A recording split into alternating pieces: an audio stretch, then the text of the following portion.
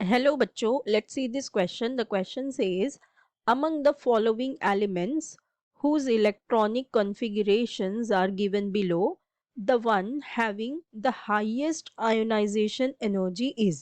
और हमारे पास ये चार ऑप्शंस दिए हुए हैं जिसमें हमें इलेक्ट्रॉनिक कॉन्फ़िगरेशन दी हुई है और हमें ये बताना है इनमें से किसकी आयोनाइजेशन एनर्जी हाईएस्ट होगी। ठीक है, हाईएस्ट आयोनाइजेशन एनर्जी। सो हमें क्या दिया हुआ है, पहला हमें दिया हुआ है इलेक्ट्रॉनिक कॉन्फ़िगरेशन जो है वो है नियॉन 3s2 3p1। फिर हमारे पास है नियॉन, ये ए है हमारा, यहाँ दिया हुआ है 3s2 3p3। फिर हमारे पास दिया हुआ है सी में नियॉन 3s2 3p2। और फिर हमारे पास दिया हुआ है डी में we have neon 3d10 4s2 and 4p3। ठीक है, हमारे पास ये इलेक्ट्रॉनिक कॉन्फ़िगरेशन दी हुई है। जो हमारा आयोनाइजेशन एनर्जी होता है, हम वो अक्रॉस द पीरियड अगर जाए तो हमारी आयोनाइजेशन एनर्जी क्या होती जाती है, इंक्रीज होती जाती है। क्यों? क्योंकि जो न्यूक्लियर चार्ज होता है वो क्या होता जाता है, इंक्रीज होता जाता है।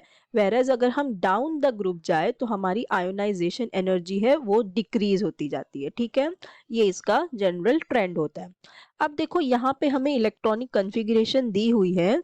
सो अगर हम इनकी फर्स्ट आयोनाइजेशन एनर्जी करवाते हैं, ठीक है, हम इसको आयोनाइजेशन एनर्जी करवाते हैं तो होगा क्या, हमें ये क्या मिलेगा, नियॉन 3s2 3p0। ठीक है, अब यहाँ अगर हम करने आएंगे आयोनाइजेशन एनर्जी, सो यहाँ हमें मिलेगा नियॉन 3s2 एंड 3p2। यहाँ हमें मिलेगा नियॉन 3s2 3p1। और यहाँ हमें मिलेगा neon 3d10 4s2 and 4p2। ठीक है, यहाँ जो हमें ऑप्शन सी में दिया हुआ है, ठीक है, यहाँ सी में देखो हमारे पास ये जो हमारा p ऑर्बिटल है इसके पास 3 इलेक्ट्रॉन है। इसका मतलब ये वाला जो हमारा p ऑर्बिटल है ये कैसा है, हाफ फिल्ड है। ठीक है, ये जो p ऑर्बिटल है हमारा यहाँ पे हाफ फिल्ड है। तो ये वाली जो हमारी इलेक्ट्रॉनिक कॉन्फ़िगरेशन हो जाएगी वो कैसी हो जाएगी, स्टेबल इलेक्ट्रॉनिक कॉन्फ़िगरेशन हो जाएगी। करेक्ट। अगर वेरएज अगर हम ये डी देखें, ठीक है, ये डी में भी हम देखें तो यहाँ पर भी पी में 3 इलेक्ट्रॉन है, यहाँ पर भी ये क्या है, हाफ फिल्ड है। ठीक है, ये कैसा है, पी ऑर्बिटल हमारा हाफ फिल्ड है। मतलब ये वाली जो इलेक्ट्रॉनिक कॉन्फ़िगरेशन है ये भी स्टेबल इलेक्ट्रॉनिक कॉन्फ़िगरेशन है इस केस में। ठीक है, सो देखो होता क्या है, जब इलेक्ट्रॉनिक कॉन्फ़िगरेशन यहाँ पे स्टेबल है तो यहाँ से हमको इलेक्ट्रॉन निकालने के लिए एनर्जी ज़्यादा लगेगी। ठीक है, तो एनर्जी ज़्यादा लगेगी इसका मतलब क्या कि इनकी आयोनाइजेशन एनर्जी ज़्यादा होगी। क्यों? क्योंकि यहाँ पे ये हाफ फिल्ड है और तो उसके ऐसे इनका इलेक्ट्रॉनिक कॉन्फ़िगरेशन स्टेबल है। तो यहाँ से हमको एक इलेक्ट्रॉन निकालना मुश्किल हो जाएगा, बाकी तो यहाँ से हम एक इलेक्ट्रॉन इजीली निकाल सकते हैं, ये दो में से एक इलेक्ट्रॉन इजीली निकाल सकते हैं। ठीक है, अब देखो तो अब हमारे पास ये बी और डी हमें लग रहा है कि इसमें ज्यादा होगी, लेकिन हमें बताना तो एक ऑप्शन है।